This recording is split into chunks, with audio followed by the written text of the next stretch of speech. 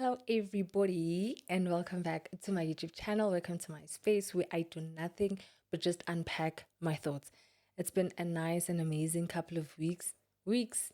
Am I exaggerating? It's been a nice couple of days, couple of recordings I've been enjoying, you know, exploring the kind of access that I have to my brain. To some extent, some conversations have been an opener even to myself.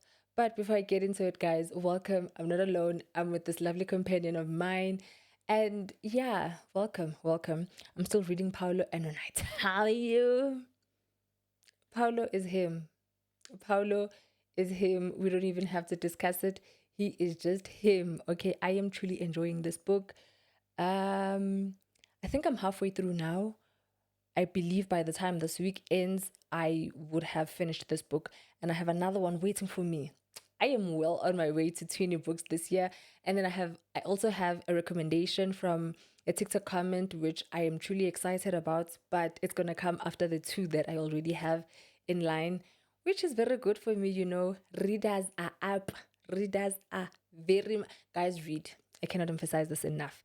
Okay, enough blabbing. Thank you so much for coming through again to listen to me just talking, right? So today what I wanted to talk about is how, we tend to disguise self-sabotage as comfort. We make it look like it's this beautiful thing that we are safe here. And it's not a decision that we take consciously, right? It's not a decision that you wake up and you're like, oh, I'm comfortable there, I'm staying there. Sometimes really we hold on to what feels familiar, like we don't explore opportunities outside of what is exposed to us or outside of what we have because it feels so familiar. And in this ever changing world, sometimes stability and famous, familiarity is, what we desire just for sanity, just for peace, but it's not always a good thing, right? And the worst thing about comfort is that it is not alarming. It truly is not alarming. It would never scream or shout, leave, whether it's a friendship or relationship or a job or anything. It would never scream to you that leave. No, it would whisper, stay. It would give you all the reasons why you should be staying. And sometimes for that moment, it finds us in, the whispers find us in moments of weakness where we believe them.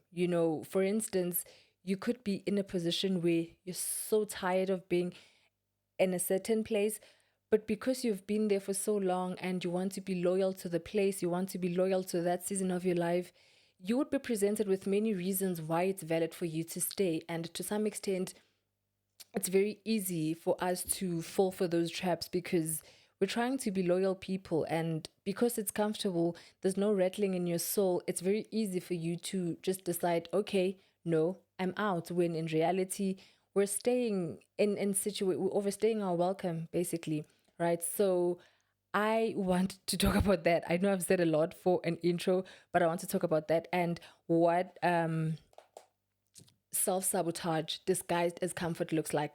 I made notes this time around. I made notes for days because I do not want my mind to wander here and there and everywhere else. So I really just made notes to keep this conversation as linear as possible, but also not taking away from how organic I'd still like to maintain it. I just wrote a few keywords just to remind me of my points, right? And what self sabotage could easily look like is, procrastinating on the life that you say you want. And I see this with myself. I see this with myself every single time. And because I'm able now to have these conversations with myself, I'm able to check myself out and call myself out that, hey, girl, now you're playing, you're slacking. But really, it often looks like procrastinating on the life that you say you want. I mean, for me, for like my high school and varsity, I was very scared to get a license, like a driver's license, right? And right now, I'm at a position where I'm like, I want a driver's license, but I keep procrastinating for no reasons. Where I'm just like, I'll do it next month. I'll do my learners next month. I'll do my learners next month. And because I haven't been inconvenienced by not having it, it feels comfortable there, but I realize that I am procrastinating the life that I say I want because how dare I even begin to be like, okay, Lord, now I'm ready. Please bless me with the car. How dare would He bless me with the car when I don't even have the fundamentals of owning a car, which is a driver's license. So that means that I have pushed back that part of my life because of my procrastination. And I'm calling myself out in the acts. Whoa, girla. But that's been that, right? That's my first point, that we procrastinate the life that we say we want because where we are seems uncomfortable, or seems comfortable rather, and there hasn't been major inconveniences that would make you stand up and do it now. And not to say that I'm waiting for that moment. I am really, right now I'm just calling myself out and holding myself accountable that I've been saying that I need to start my learners, and I started, I think, studying for it earlier this year, and I just lacked. And then the next thing, I wasn't studying for it, which I promised myself to go back to that. And sometimes we also entertain people that we know we are not aligned to. And excuse me, this one is quite tricky because it's very hard to cut off people. To a certain degree, it's very hard to cut off certain people, because especially when they haven't done anything to you, when it's just for the purpose of them not being aligned with you, and then having to cut off someone, it feels like you are betraying the relationship, or holding on to seasons of our lives where we feel that now we are no longer like aligned. And I saw something as I was doing my research on the topic, and it spoke on the lines of comfort is not alignment. Just because you feel comfortable in a place doesn't mean that you're aligned, right? And I feel this with me, that I have this tendency of holding on to things and people. I've mentioned this before, of holding on to things and people just because I want to be loyal. But how much disloyal am I being towards myself and the life that I meant and made to live, just because I am refusing to let go of this particular person. I'm refusing to let go of a particular job. I'm refusing to let go of, a friendship or whatever. And in this instance, I'm kind of like, how do I dare let go of an opportunity that was an opportunity for redemption, an opportunity for restoration? It would feel like such a betrayal to this season, to the blessing itself. But also, I've been having a hard time with realizing that seasons come and go, right? There's a season where you need to be restored from tatters, right? But it doesn't mean that that position is where you're meant to be. From that restoration of from those tatters, you are meant to also progress into greater. And sometimes we hold ourselves back just because we're trying to stay loyal to a season of our lives that was not meant to be the rest of our lives. So that has been me in so many cases where I'm just like, oh my goodness, if I let this go, or if I let this person go, would it mean then that I do not appreciate the value that it brought to my life?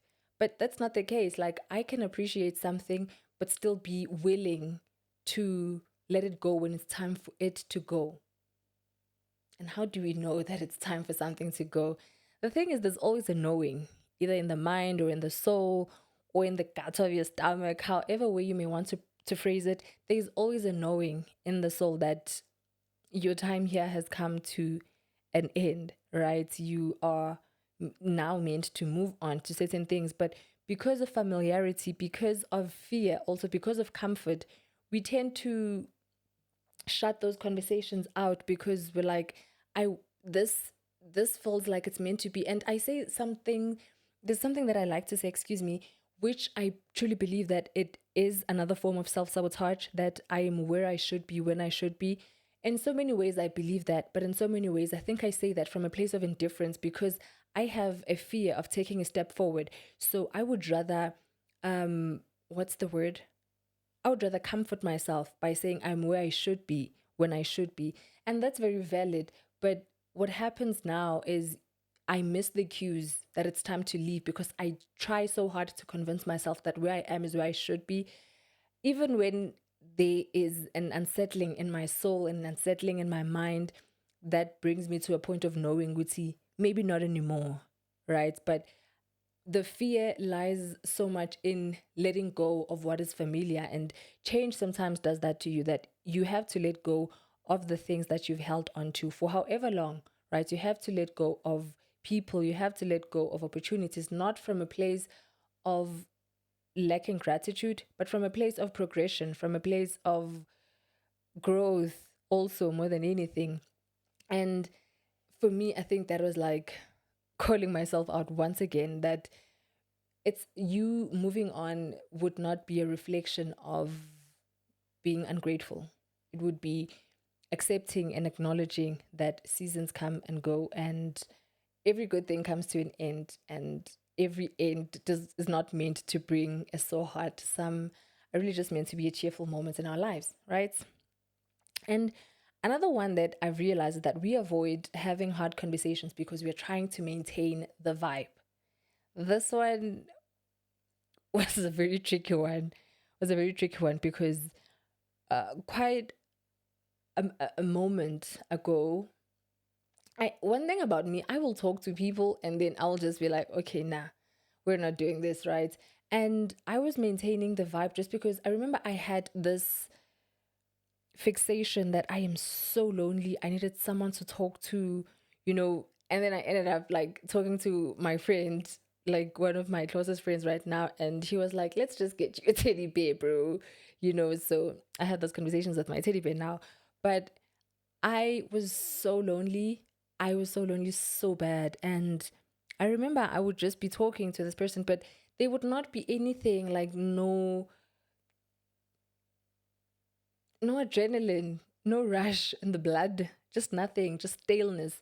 And I maintained that relationship by not having any conversations, not questioning what's going on. Although I knew what was going on from my perspective, I would have also loved to know what was going on in their perspective, but I never questioned that because in my mind was like, oh, I'll come off across as boring, I'll come off across as the person that he didn't sign up for, because it's just a vibe where we're talking, but really and truly, I would have loved to find out and realize that I was maintaining a relationship at the expense of my sanity, at the expense of my peace, and the loneliness that I was trying to escape, the loneliness that I was trying to suppress, is the loneliness that I chased real hard because the main point of me engaging with this person was that I felt lonely and I love having conversations, but I couldn't have conversations with that person. So the loneliness heightened because it felt like, then why are you here? You're just occupying space for no reason, and I can't even engage you in any way, shape, or form. So I maintain that relationship, not relationship, but that union, and at my expense. And I'm just like, this is so crazy that, like, in hindsight right now, I'm just like, I cringe so much because I'm just like, girl, why would you do that to yourself? But we're here now, we learn and we grow, and I'm just like, oh, I would never put myself in that position again. Like, I would rather be talking alone. I would rather be recording podcast episode alone than to have someone, just talking to someone for the sake of talking and then end up not engaging in conversations. For what then? Right? And another one is that we shrink ourselves so that we can maintain relationships. Oh, this one hit home because it made me remember of a relationship long ago, very young. So what happened is, happened was, I articulate myself better in English, and this comes off from no place of flex or what, but it's just that I articulate myself better in English, I communicate better in English, and this may be highly influenced by the fact that I read a lot of books, or I've been reading a lot of books. So naturally it influences my speech and my communication. Fine. So me and this guy, we chatting, and then randomly out of nowhere, homeboy was just like, um, just because I don't speak English, this is him. Just because I don't speak English doesn't mean I don't know English. And in my mind, I'm just like, we had never tapped into the conversations of, do you know English or you don't know English? Because I'm not bothered. Like, I hear Vernac, I can communicate in Vernac, I can speak Vernac. I just understand what I'm saying better when I articulate it in English, right? So him saying that, communicated a lot of intimidation and a lot of insecurity.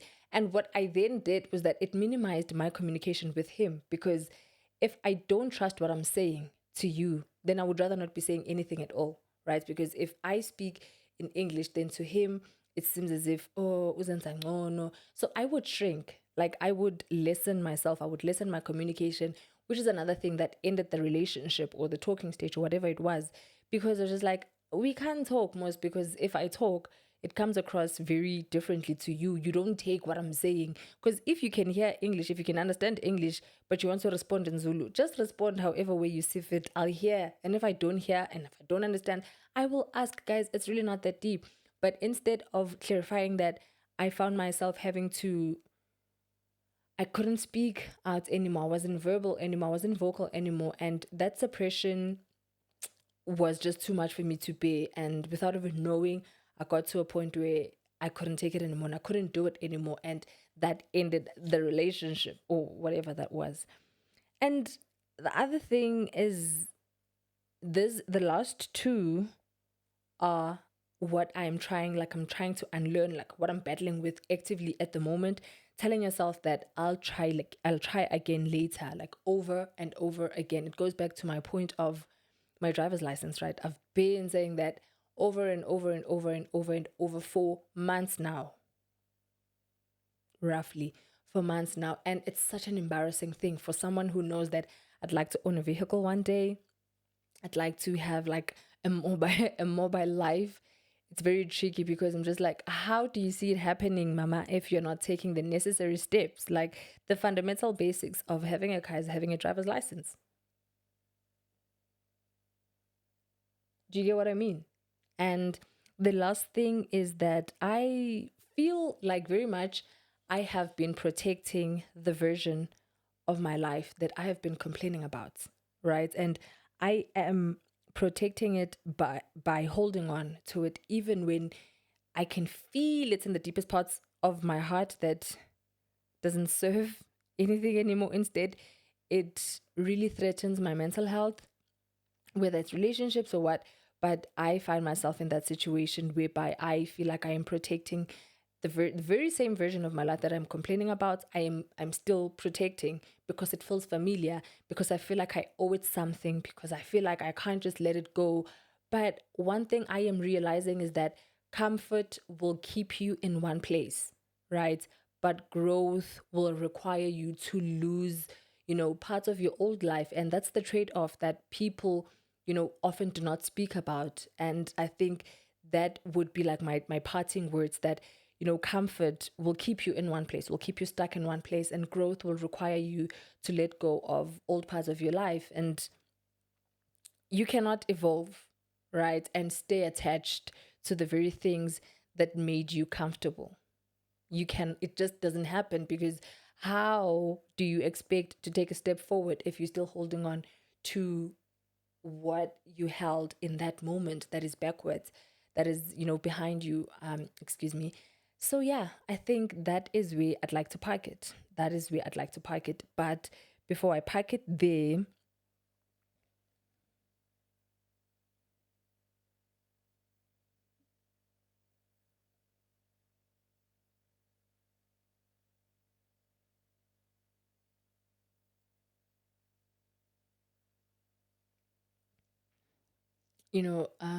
before I park it there, these are the words that I'd like to leave you with, right? Just to ponder on, just to spark up a conversation in your mind and inspire change, possibly. That sometimes comfort is just a cage that, feels safe enough for you not to leave. Okay. But more than that, I need you to realize that you deserve more than just a life that feels okay. You deserve a life that is thrilling. You deserve a life that shakes you up. You deserve a life that excites you in the morning. So whatever it is, whatever area of your life that you may be self-sabotaging yourself because it feels comfortable, question that. Like, don't stay there. Don't commit yourself to moments that are only meant for a moment or a season. When it has come to end, or when it has come to, you know, the end of its life, let it go. Let people go, let things go, let opportunities go. Pursue opportunities, even when you feel like it's also the other thing that we do is that we do not chase after things, we do not pursue opportunities because it feels like it's not the right time. But the thing is, when you are comfortable, you run the risk of it never feeling like the right time. It will always feel like it isn't the right time. You'll find reasons why you are where you should be, where you are, even when you should be there. So yeah, I'll repeat that again. Sometimes comfort is just a cage that feels safe enough for you not to leave. But really, truly, and deeply, I want you to understand that you deserve more than just a life that feels okay. You deserve a life that you wake up and you're excited to be a part of, and you do not even look forward to the end of the day. And I'll leave you with that. YouTube culture, don't forget to like, to comment, and to subscribe. Tell your friends to tell their friends and their loved ones too that there's been another video, but they can quickly go check up on the others and on this one as well. Don't forget to engage, right? But we've come to the end of this video. And from me and mine's, it's good night.